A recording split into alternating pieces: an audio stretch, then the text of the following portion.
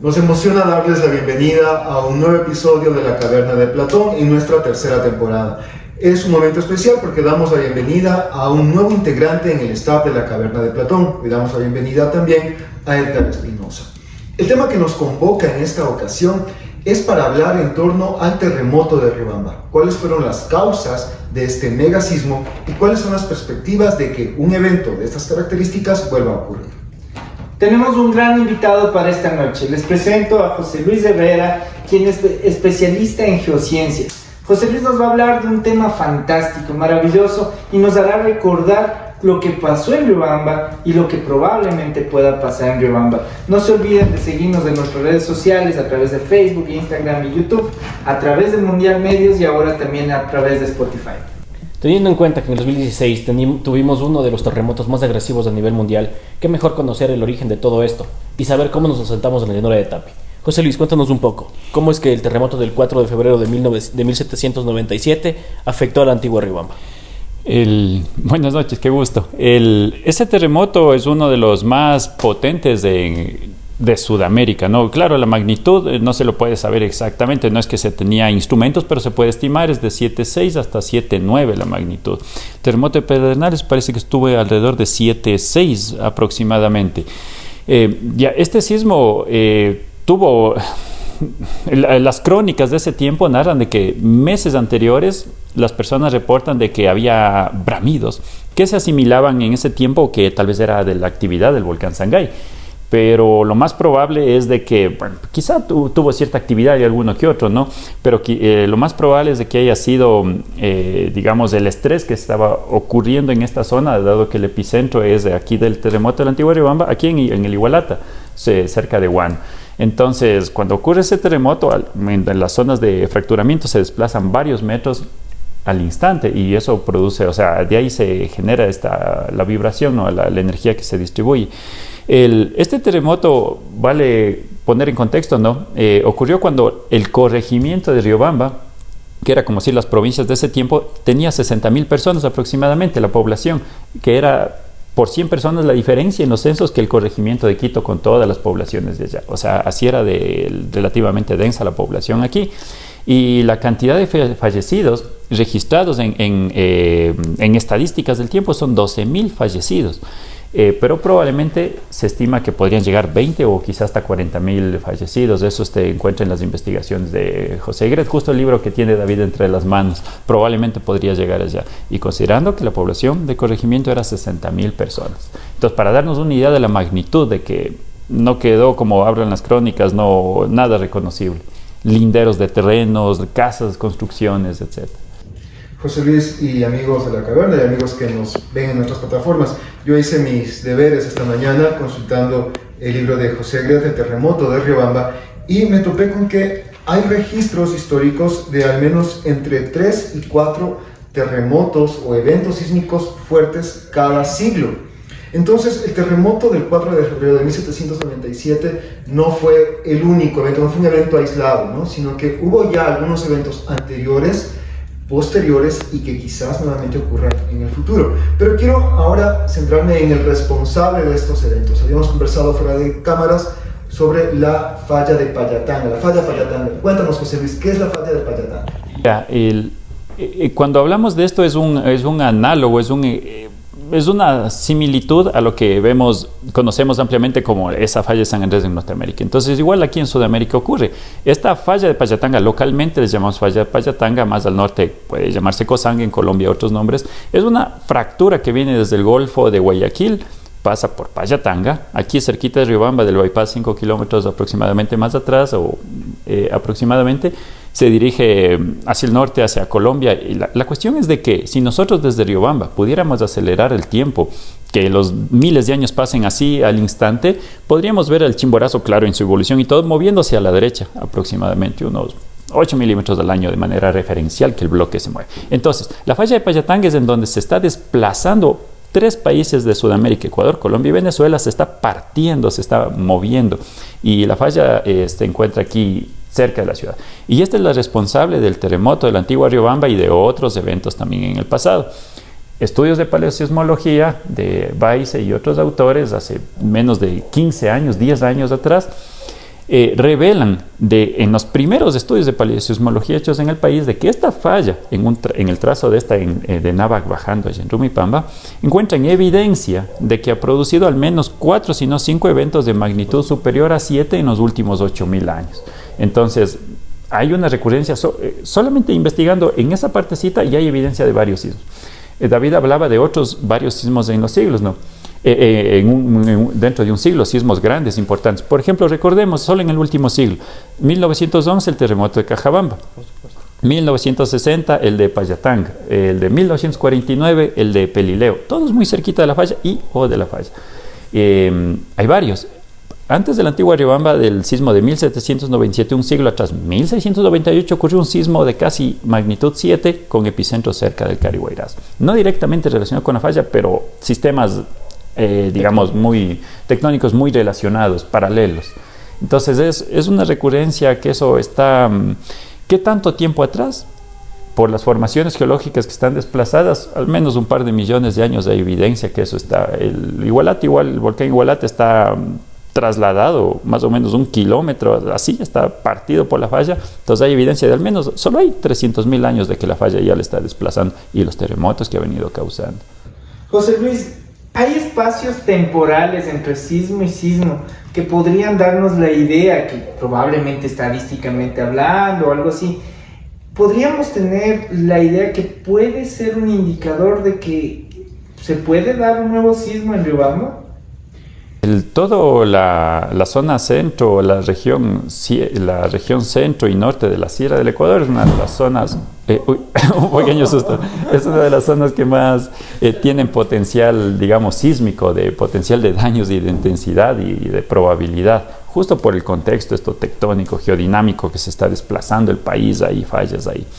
Es un hecho. Ahora la cuestión es de que no se puede saber cuándo. Se pueden hacer escenarios probabilísticos, ¿no? Habíamos visto 2 enfoques, ¿no? Uno son los mapas de riesgo sísmico, ¿no? Que se usan para la construcción en ingeniería civil, que hablan, por ejemplo, la probabilidad de que exista un desplazamiento tal. Tenemos un material didáctico que podríamos ponerlo, digamos, de 10% de probabilidad en 50 años, ya. Pero esos son modelos que se van mejorando según el conocimiento. Con esto otro que habíamos dicho, con los primeros estudios de paleosismología, vemos un sismo cada 1000 años de magnitud 7, solo con evidencia que hay en Navac. ¿Qué pasaría si se investiga más a lo largo de la falla, ¿no? Entonces, ¿qué es un hecho que va a ocurrir en el futuro? Ahora, ¿qué probabilidad será de que en nuestro periodo de vida, de que en unos 50 años adelante o de unas 2, 3 generaciones en unos 100 años adelante, ahí se complica? Todavía seguimos investigando, la comunidad científica sigue investigando, hay mucho que conocer. Entonces, ¿pero qué va a ocurrir? Es un hecho. Vemos cientos de miles de años y si no millones que esto está ocurriendo cíclicamente, más o menos. José Luis, teniendo en cuenta que obviamente todo el callejón interandino y de hecho Ecuador se encuentra en una de las partes de riesgo sísmico más altas a nivel mundial por el cinturón de fuego presente, del cual un 60% aún sigue activo, ¿sí? Justo como hablábamos un poco otras cámaras, teniendo en cuenta que claro, el Quilotoa todavía es uno de los volcanes activos, teniendo en cuenta que una de las últimas erupciones del Carihuayrazo lo dejó tal como está, al mismo principio que el del altar. La falla de Payatanga, ¿qué tan probable es que su riesgo a nivel tectónico y a nivel geológico produzca una separación en la cual pueda que un terremoto a futuro, como tú mismo lo dices, sea mucho más agresivo que incluso el mismo de Pedernales que azotó el país en 2016?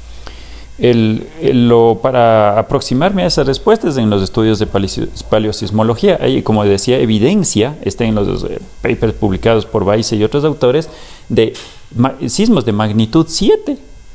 Hay 4, si no 5 de esos sismos de evidencia en los últimos 8.000 años. O sea que van a ocurrir sismos de magnitud 7, es un hecho. Que van a ocurrir de 6, obviamente son más frecuentes, son de menor magnitud. Sismos de magnitud 5 también más frecuentes.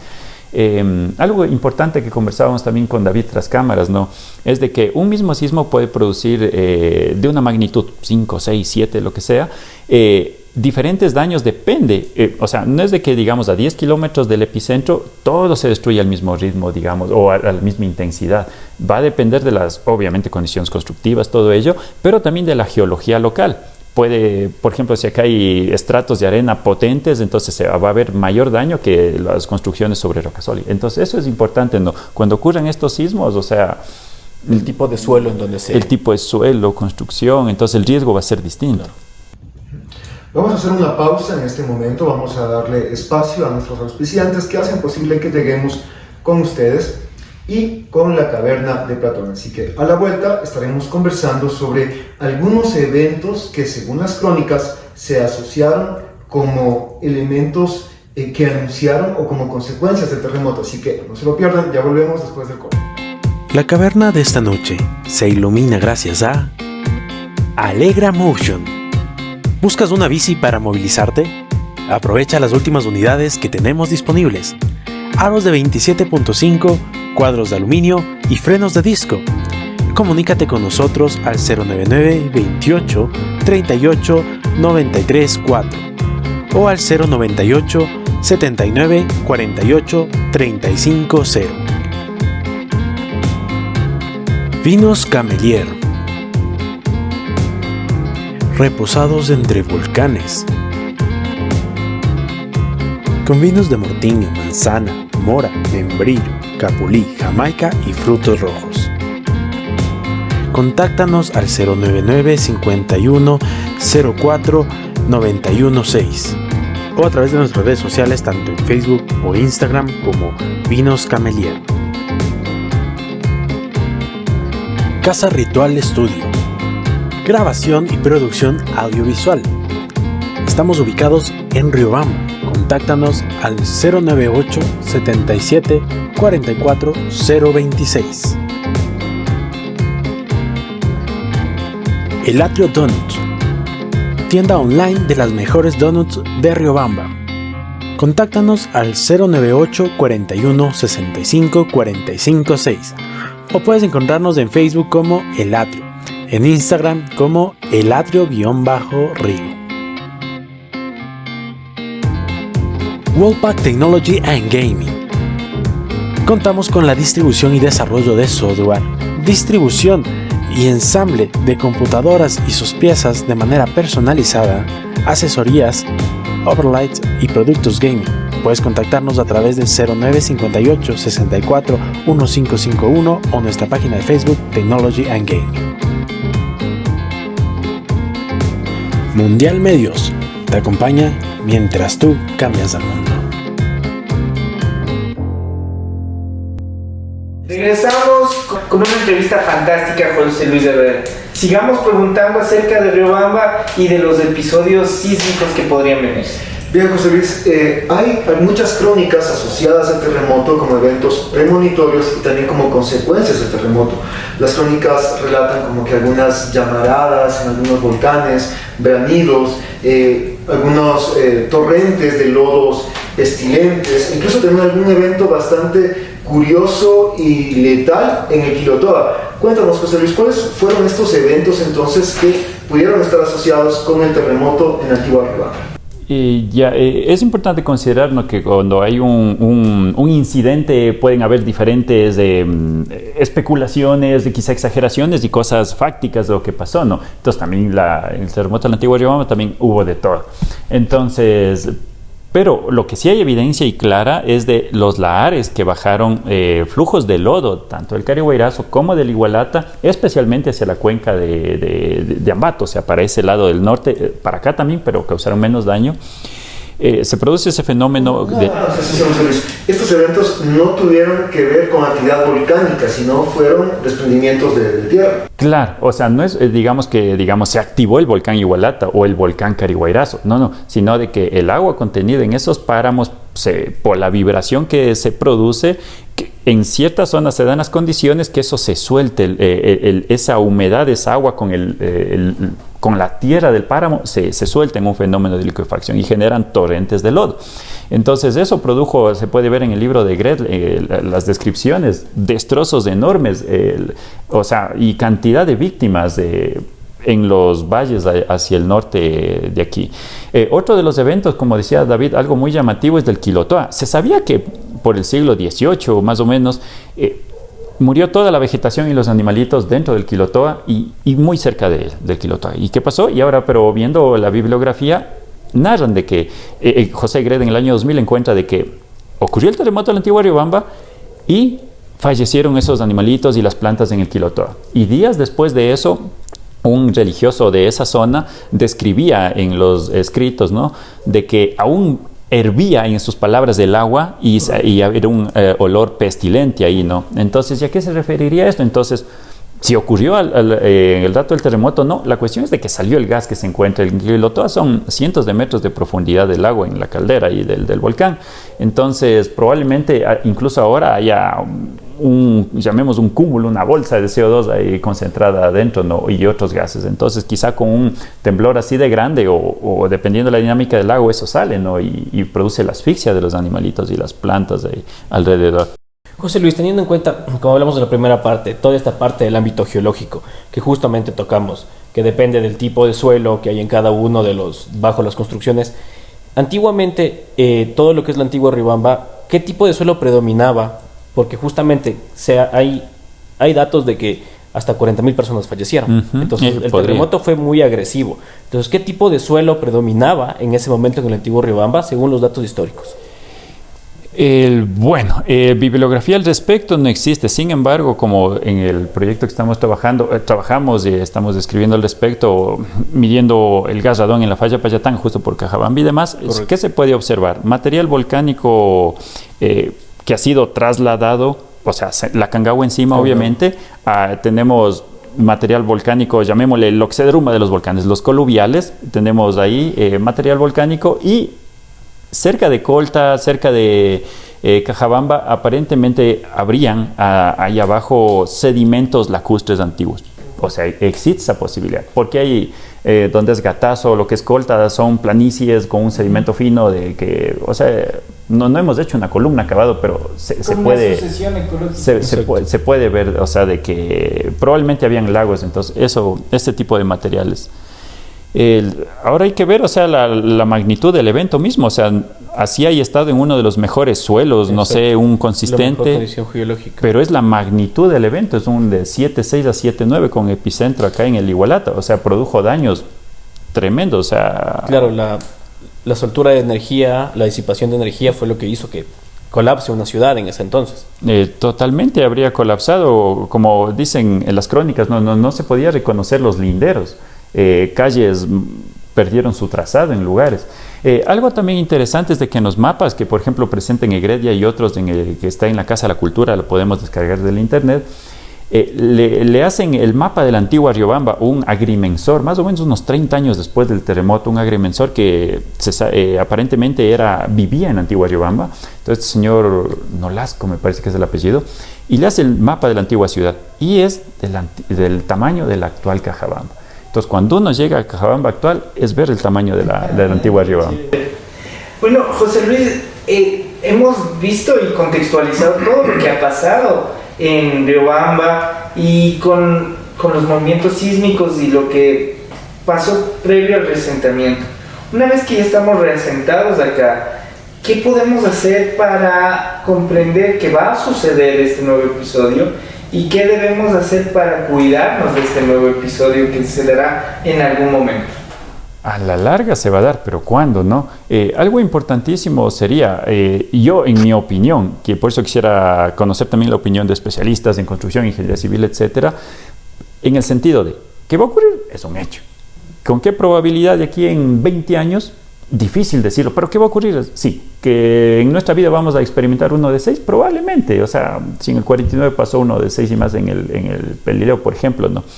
Hay que tener en cuenta, ¿no?, que actualmente, en los últimos años, ya cada una de las estructuras te pide un plano estructural, el cual tiene que cumplir una normativa de riesgo sísmico. Sea menos de 2 pisos. Por supuesto. Tengamos en cuenta eso. Cualquier estructura debe cumplir una normativa de riesgo sísmico. Y de hecho, las estructuras de primer orden que deben mantenerse en pie después de un sismo, como hospitales, como ayuntamientos, como coliseos, actualmente incluso universidades, que son los puntos de encuentro, todas esas deben cumplir una normativa de riesgo sísmico, que incluso en las cátedras de ingeniería civil se da justamente con la normativa, tanto en lo que es diseño de concreto, en lo que es cimentaciones, en lo que es resistencia de materiales, en lo que es dinámica de estructuras. Justamente es todo eso, porque al final del día estamos jugando con vidas, al final del día estamos trabajando para vidas, ¿sí? Se tiene una carga viva, una carga muerta. las cargas que nos dan todos los demás materiales, sí, cargas de viento, cargas de nieve incluso en algunos puntos, que actualmente con todo esto del cambio climático estamos prácticamente regidos a todos esos cambios. Además de eso, todas las estructuras deberían tener obligatoriamente un cálculo estructural de riesgo sísmico, sea de un piso, sea de 2 pisos, más que todo porque es la seguridad que nosotros tenemos. Es justo los problemas que se presentaron en el último sismo del 2016 de Pedernales, que uno de los problemas fue que los edificios se sanduchaban, porque claro, las vigas y losetas eran mucho más gruesas que la dimensión de las columnas. Entonces, al tener eso, prácticamente se hace un punzonamiento. La columna se clava en la losa. Y eso fue lo que pasó. Muchas veces, muchas de las personas que hubo en la afectación del sismo fue eso. Fueron personas que quedaron atrapadas en los edificios porque se ensanducharon. Bien, entonces, para ir concluyendo ya este episodio, según la opinión de nuestro experto, este es un evento que inevitablemente ocurrirá, no sabemos cuándo, pero es mejor estar preparados. El terremoto del 4 de febrero de 1797 no es un evento aislado en la historia, no es un evento pasado. Ha tenido también algunos predecesores y luego también han seguido ocurriendo eventos de mayor o menor magnitud. Sin embargo, es algo que va a seguir ocurriendo en el futuro. Entonces, que esta haya sido la entrada para traer este tema a diálogo y tomar todas las precauciones del caso. Es un tema que no se habla mucho en nuestros contextos. Quizás se debería tener más cuestiones de políticas públicas que aborden al respecto y también preparación por parte de la población civil. Sabemos que ocurrirá, no sabemos cuándo, y más vale que nos encuentre preparados con todo el contexto que esto implica. Es verdad. Lo que puede pasar de aquí en adelante no lo sabemos. Vivimos en un eterno presente. Y en función de eso tenemos que prepararnos para estar listos cuando pase. ¿Crees que la educación es el camino, José Luis? Seguramente. Obviamente, tanto es que eso, la conciencia ciudadana al respecto y también los tomadores de decisiones, la normativa y que se haga, obviamente. Bien, como es tradición en la caverna de Platón, nuestro invitado nos recomienda algún tipo de material para poder ampliar el tema que hemos conversado en esta ocasión. Así que, José Luis, es momento para que tú nos recomiendes alguna película, algún libro quizás sobre que podamos aprender un poco más y expandir nuestra visión de este tema. Algo didáctico que podría ser, tal vez no yendo mucho a Hollywood, porque a veces no se apega mucho a la parte científica, a la realidad, ¿no? Es así como marketing, digamos, ¿no? Pongámosle en YouTube, documental del terremoto de Japón. Por ejemplo, ahí nos va a salir que hubo incluso tsunami o documentales de terremoto. Le ponemos en YouTube y nos va a explicar la geodinámica, la intensidad de esto, las recurrencias y eso. Vamos a incluir el enlace del video recomendado aquí en nuestras redes para que ustedes puedan ampliar su visión respecto al tema que hemos abordado en esta ocasión. José Luis, muchísimas gracias por toda tu experiencia, tu aporte. De seguro que nos dejas con la inquietud de estar cada vez mejores preparados en un evento que sabemos ocurrirá, pero no sabemos cuándo. Así es. Muchas gracias, José Luis. Muchas gracias, mis hermanos cavernarios. Como siempre, un placer estar esta noche junto a ustedes, junto al fuego y nuevamente dándole la bienvenida a nuestro querido hermano cavernario Edgar Espinosa. A partir de ahora será parte del staff. Nos vemos pronto en la caverna de Platón. Gracias una vez más por habernos ayudado a encontrar la luz dentro de la oscuridad. Esto fue la caverna de Platón. Muchas gracias.